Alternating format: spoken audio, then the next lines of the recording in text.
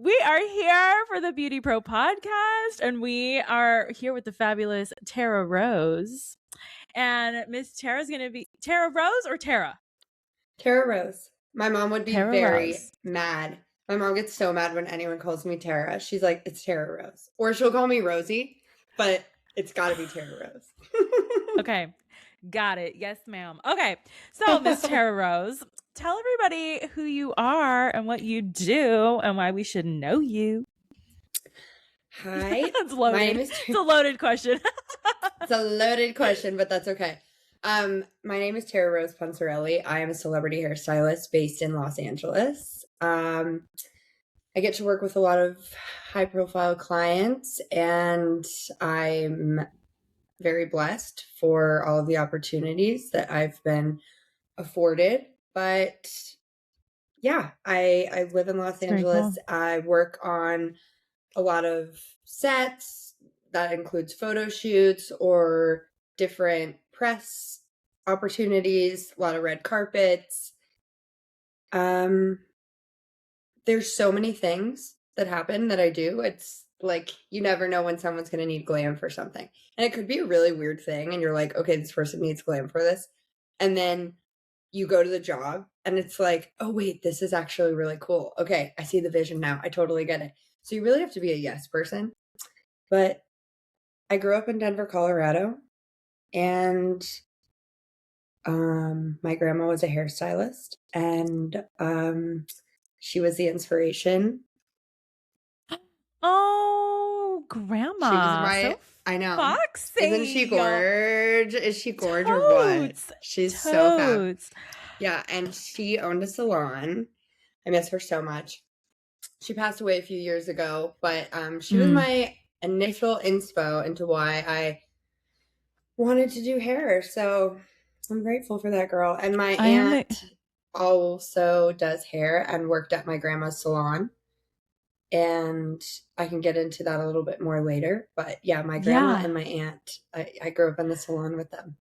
Answering the phones, folding towels, sweeping hair, all of us girls in the family. We all got to work at the salon.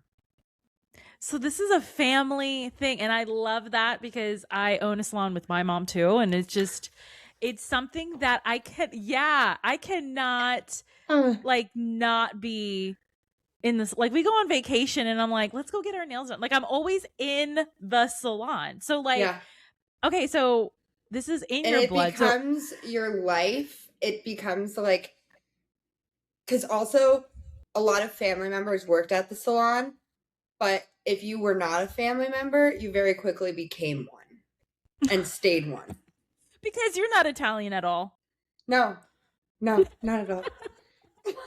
I've actually had so many clients lately tell me, which I'm taking this as a compliment, but I've had so many clients tell me lately that I'm like the most Italian person that they've ever met, that like the most Italian American, and I am like, yeah, I am. So you're like 100%. It's a total good thing. Yes, ma'am. Latin blood, baby. Honey. Okay. So how did you get into celebrity work? So I moved to LA after beauty school. Well, hold on. I should back up. Okay. After high school, I moved to New York City for college. While I was in college, I worked for Tory Burch.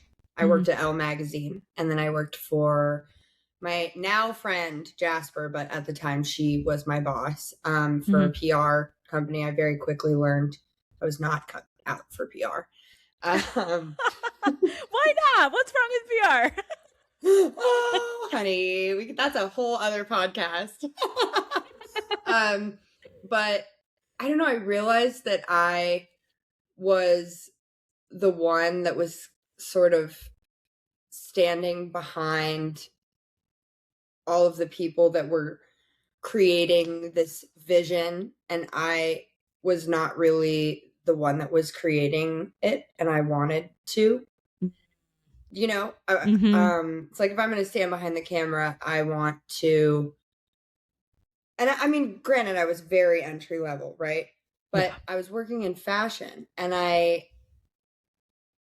beauty and fashion coincide, and I just wanted to be on a different side of fashion. And I really was inspired by my grandma and everything that she was. She was just like the coolest. I love it.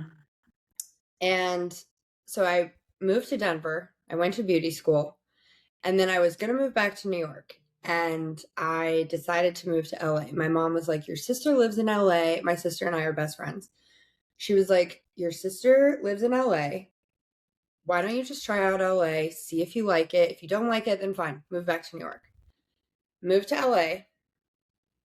I started working as a receptionist at the Annie LeCompte salon. And then I got an assistant position at the Chris McMillan salon. And I actually wasn't assisting Chris himself, but I watched him cut hair all day. And he was so inspiring to me. And to this day, I just adore him. I'm so grateful that I got to work for him and work at his salon. Actually, though, two of the stylists that work, one of them doesn't work at the salon anymore. He has his own thing. But two of the stylists at that salon that I really credit for the reason I can give a good haircut are Dom Dom and Marcos Truba. I got to assist both of them. And those two, girl, I would not know how to do a blowout and a good haircut if it wasn't for those guys. Swear to God. And, you know, they really taught me the importance of precision and why clean lines and sectioning and all of the things that it's like slow down. Yeah. Take your time. You don't have to be fast. Do it. Trying to get the hair dry as fast as you can. Slow down. Do it the right way. And it'll come out almost perfect every time. I love it. They were right. Yeah. Slow down to speed up. That's the way to do it. Like, and then, exactly. And then I started working for Chris Appleton, and I was his assistant, and we got to do a lot of really cool things. I love Chris. So grateful for that time. Both of my Chris's. Yeah. I'm very grateful that I got to work under such astronomical creatives. I mean, these two just really taught me that, like, the sky is the limit, especially when it comes to doing hair. And I want to note something too, because I did a podcast a few weeks ago and I didn't talk about this, but I did not pass my state boards the first time I took them. I am so happy you're talking about this. Yes, ma'am. Yeah. Continue. So obviously, for all of you girls in beauty school that are listening to this, yes, you have to pass the state boards, but it's just a technicality. So just study, just get through it, and you will get through it. And if you fail the first time, promise you the second time, you're going to be passing with flying colors. You're going to have other people that are taking the state boards with you that are probably going to be looking to you during the practical part of the exam because they see that you know what you're doing. The state boards is also just, we build this scenario up in our heads, right? Of what this is going to be, and this is going to define my career, or this or that. It's like, yes, you have to pass your state boards. But when I didn't pass the first time, and by the way, I'm licensed in Colorado and California. I didn't pass the first time in both states. I had to retake it both times. And so once I passed in Colorado, I had already pretty much made up my mind, by the way, that I was like, I need to have my license in Colorado, but I'm definitely either going to move to New York or California. So when I didn't pass the first time in Colorado, I was like, shit, like, what am I doing? Like, and it really gave me a giant pause, right? Yeah.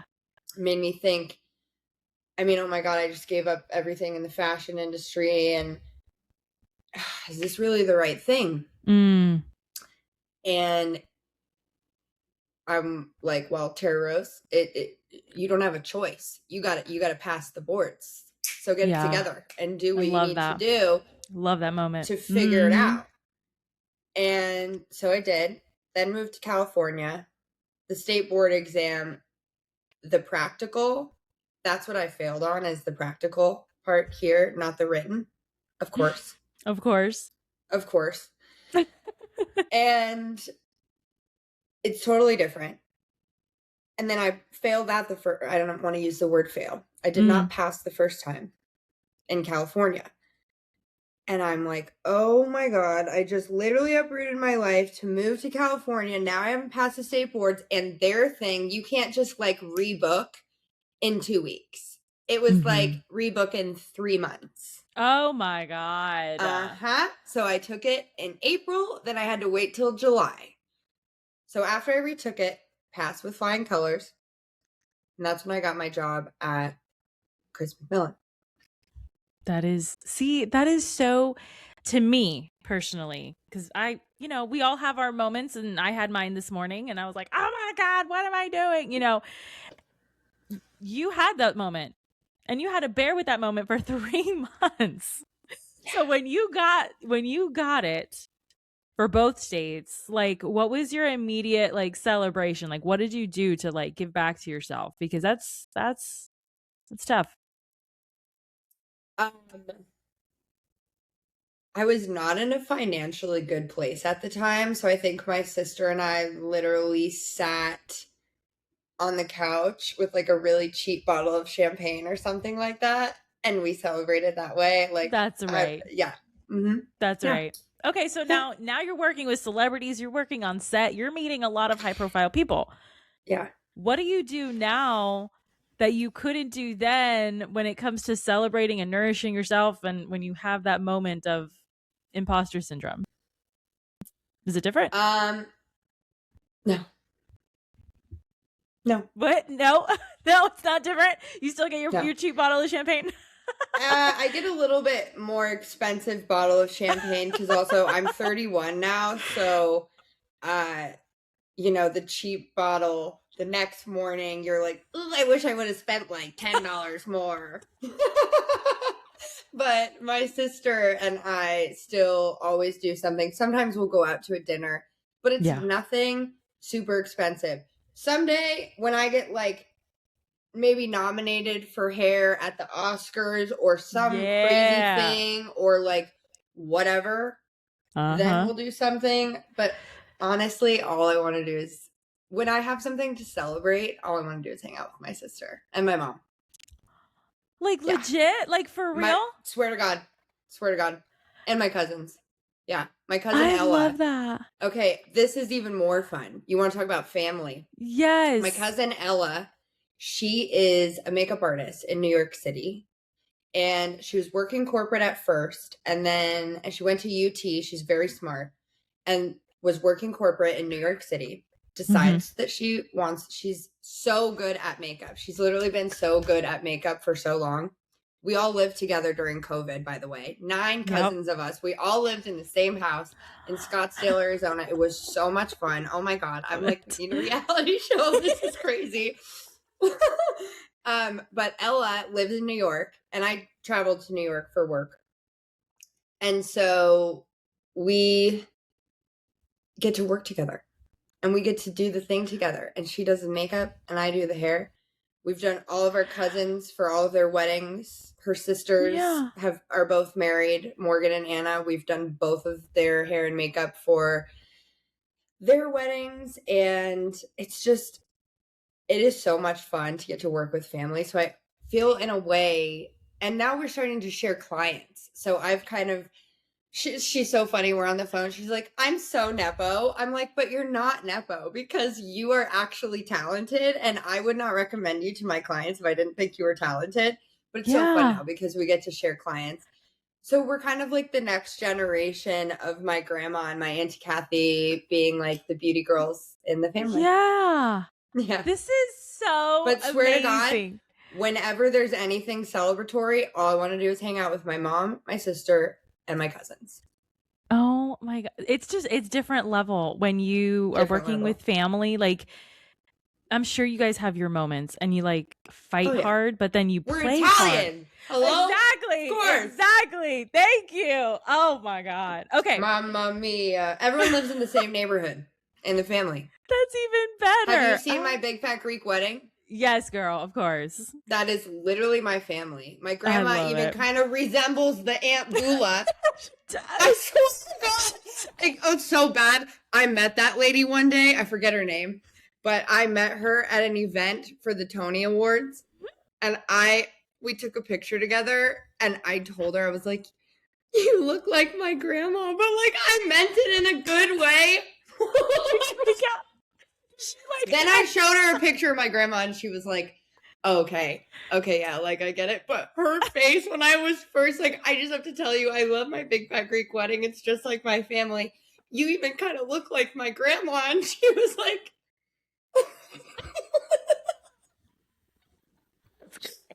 love that. All right, so with that, what's a common myth that you get all the time about what you do? Oh, that the job is so glamorous. It's not. It's not that glamorous. It is very fun. I'm very blessed. But it's a job just like anything else. And there's a lot of things in the industry that are trying. Just like any industry. Yeah. Especially entertainment, though. And you're dealing with a lot of cooks in the kitchen. A lot of personalities. And also the production companies. Sorry, I don't know if I hope I don't get trouble with my agent for saying this. Girl, this is a real and raw space. You speak your mind. You're good. Like some of the production companies will take like 120 days to pay you. And it's like it'll be like a job for like $5,000 or something like that. Yeah. And there was this one job I did. I'm not going to say what company it was for. But there was this one job I did where I did the job for them in January. Guess when I got paid? Yesterday. Oh, no. Okay. This was like last year. Last January I did the job. My God. What, July 4th? You got paid July 4th? September. Why? What? Yeah. So, whatever.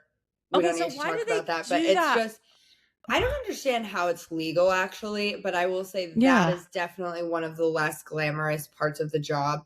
And it really forces you to have to manage your money in a very strategic and particular way, which I will say that is another thing. I guess this podcast should just be about my grandma, because that was another thing that she really taught me. I love it. She was a shrewd businesswoman, and I just think, especially when you're working with, and there are a lot of production companies that are really good, and it'll be like net 30. So you're paid in 30 days. Okay. There's not too many that are 14 days. So yeah, you have to manage everything very strategically so that you don't get yourself into trouble, because especially when you're first starting out, it's like, oh my God, I just got this $5,000 paycheck. Blow it. You better save that. You better save it. You better not go to Rodeo Drive. You better not. Oh my God. Yeah. That is mind-blowing. You just blew my freaking mind away. Like, okay, so what do you... And a lot of people don't know that. A lot of people don't know that. But most of the time, if we are doing a job for like a streaming service, they're not paying us for at least 30 to 45 days. 45 days is like, oh, wow. Okay, cool. That's good. So my expectation is usually 60 days. Like if they pay me within 30 to 45 days, I'm like, oh my God, that's really cool. That's great. Yeah. It is something though that I would like to see, maybe there be a shift in with this industry. Yeah. Because I mean, thankfully I work at a salon. So, but I think about like the makeup artists and the stylists and the photographers, where it's like, it's not a necessity to have your You know what I mean? Whereas people are usually always going to get their hair cut. You know, I'm very happy that you're touching on that, because remember during COVID, everybody was like, essential, not essential, essential. Like, I always felt that getting a haircut, people always say, I need to get a haircut. That's like a necessity for them, right? But like color or makeup or facials, unfortunately, that's more of a luxury. So like, how do you feel? Are we essential or are we non-essential? We're more luxury. I know it's a loaded question. I know because I feel two different ways about that. Mm-hmm. I do think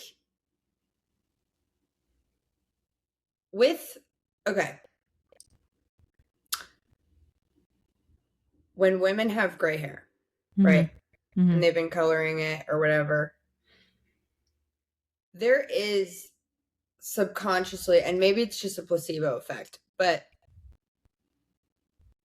when it's a mental thing and it can affect you emotionally when you start to look in the mirror. And I mean, I think we can all agree that mental health is just as important as physical health and all, everything else. I think getting your roots done, and I mean, especially the men, oh my God, some of these men that I would get so many messages on Hinge being like whatever, dudes would like right swipe on me and be like, can you cut my hair? I'm sure so many other hairstylists got that too. Like, it actually really brought me great joy to see that. Did you get that too? I did. I still do.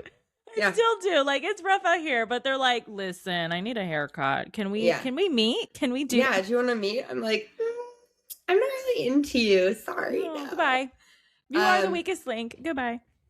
I would say, I think there could have been, since there seemed to be so many rules with COVID. Yeah. I think there could have been a scenario because the beauty supply stores were still open. Yeah. Salon Centric was still open, and we all were stocking up.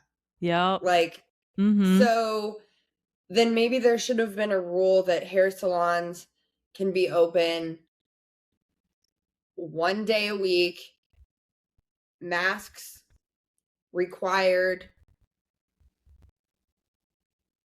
and it only can be for haircuts and if you need a root touch up. Like, no highlights or anything like that.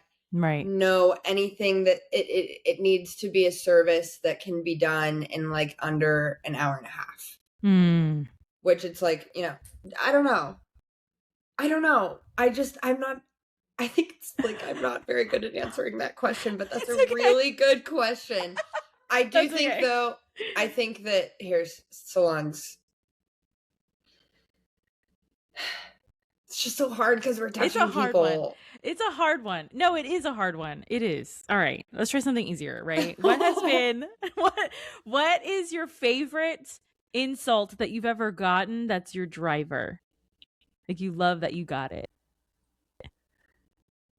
Oh, someone commented on an Instagram post of mine one time claiming that that was not my work and that I didn't do that. So I then posted on my story a video that I am so glad that I took of me doing the hairstyle. Yes. I said, TerraRose. Cheers. Okay, so what do you, I'm sure you've traveled the world. You're doing these celebrities, you're on set, you're in salon. Like, what is a lesson that you've learned personally for your life, for your business, for all of that you wish even these celebrities, that you wish that they would understand, like, get it,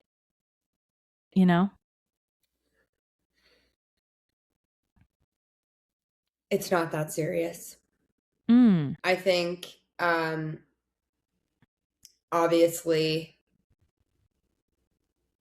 we want to look good and we want to the things though that this industry focuses on are things that like I don't think anybody else is really thinking about. For instance, if she wears this dress and has her hair styled this way, could this potentially like make for some unflattering photos of her on the red carpet? And so we need to like rethink what we're going to do with the look. And it's like, wait, it's not that serious. Like, what do you mean? She's going to look great either way. Or, you know, when you're filming something and it's like, okay, let's do 6 takes. It's like, I think we got it. I think you can do something with that. I don't know. I just don't think everything has to be so perfect. And I kind of like that that's starting to become a trend lately, especially with beauty and like, you know, just kind of the messy, effortless, almost even like air dried hair and not needing to have everything be so buttoned up. I would like to see a little more of that. But then I don't know. There's certain things that are you really have to, which is this is where the publicist comes in. You have to think about different social groups and the perception of the talent.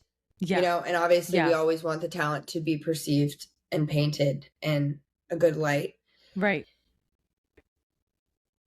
Is that making sense? Is any of this making sense? Yes, and it's totally answering why PR is not your deal. Yeah. You just want to like create, you know, and you just want to do the things. And I feel if more people, celebrity or not, were just more authentic with themselves, it would be maybe a more peaceful world. What do you think? Yeah.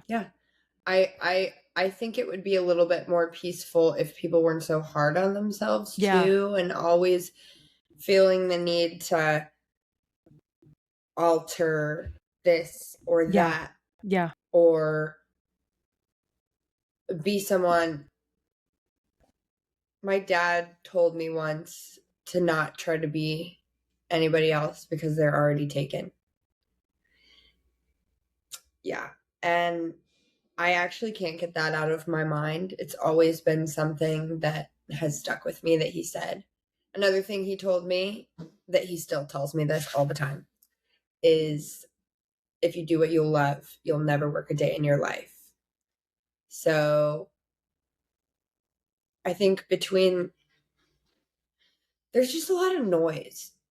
And I think you have to cancel out a lot of that sometimes. And it's hard to do. But did I answer that question okay? One of my favorite things that I've recently started saying to myself every day, and when I say recently, I mean like the last 6 months, and it has totally changed my brain. I wake up in the morning, I'm brushing my teeth, I look at myself in the mirror, and I say, something good is going to happen today. Oh, something good is going to happen today. And my friend Caroline and I, she's the stylist that I work with pretty frequently. And she and I were talking about how impactful that actually can be when you say it out loud to yourself versus just kind of thinking it. And also just believing that good things are going to happen to me and through me. Ooh, through me. To me and through me. Love it. I would get that tattooed across my forehead if I could. Because I literally love that saying so much. Okay. So when it comes to everything you have going on from what you're doing, how is it that people can get in contact with you so that they can work with you, for you, learn from you? Like, how do they reach you? Right. Instagram is the best way to reach me, or through my agent, Kobe, especially. So I am signed with Tracy Mattingly Agency, and I work with a team of agents, but I would say I'm the closest with Kobe. He is my guy. I love him so much. He reminds me of one of my best friends from New York. And I'm like, this is my friend Andrew if he was an agent. Totally. I mean, we just totally vibe. So, and his email is on my Instagram. But anytime I'm also looking for assistance, I will usually post about it on my stories. And I mean, if you're looking to book a haircut with me at the salon, you can always call Sally Hirschberger LA. And that all of that contact information and everything is linked in my bio as well. And it's definitely going to be in the show notes too, so that people can find it easier, you know?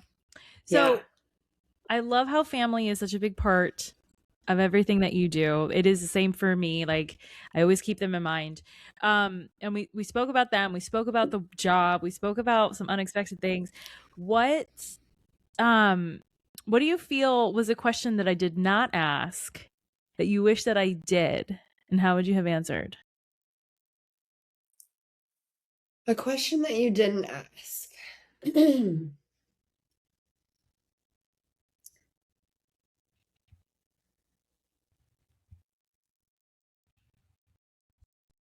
Oh, that's a tough one because I feel like you asked a lot of really good questions. Maybe no, I don't know. I feel like you hit it all.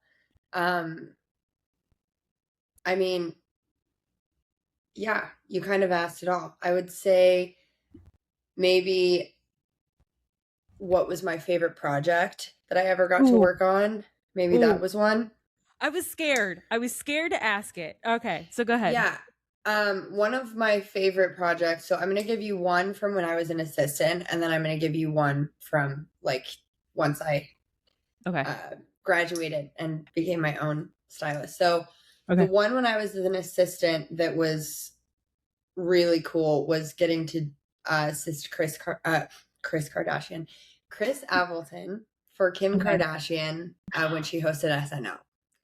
That was really cool. I have so much respect for all of the people at Studio 8. I mean, what Lorne Michaels has created is truly, it's incredible. So I have a lot of respect for the whole cast and crew, everyone that works on that show.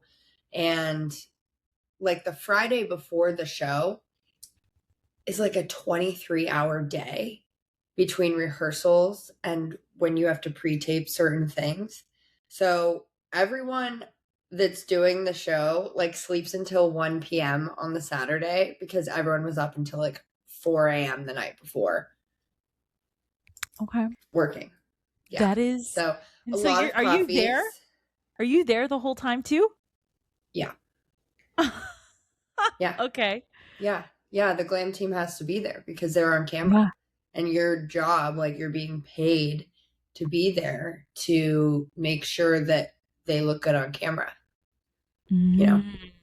That is so cool. Yeah. Okay. But I have so much respect. And then I would say a project that I recently got to work on that was my own, but I've actually had this client for a while, Sarah Waysglass. She plays Max in Ginny and Georgia.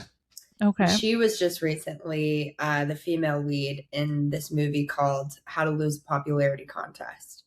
And it was on Tubi. And I got to shoot my first movie poster. And it was just really fun to get to see that. And then during football season, and it was during the playoffs, actually. I'm a big football fan. My whole family is. We have season tickets to the front row. Like all of my cousins and I, we all sit at the Broncos game front row behind the north goalpost. It's so much fun. If you're ever watching the Broncos game, look out for us. I will.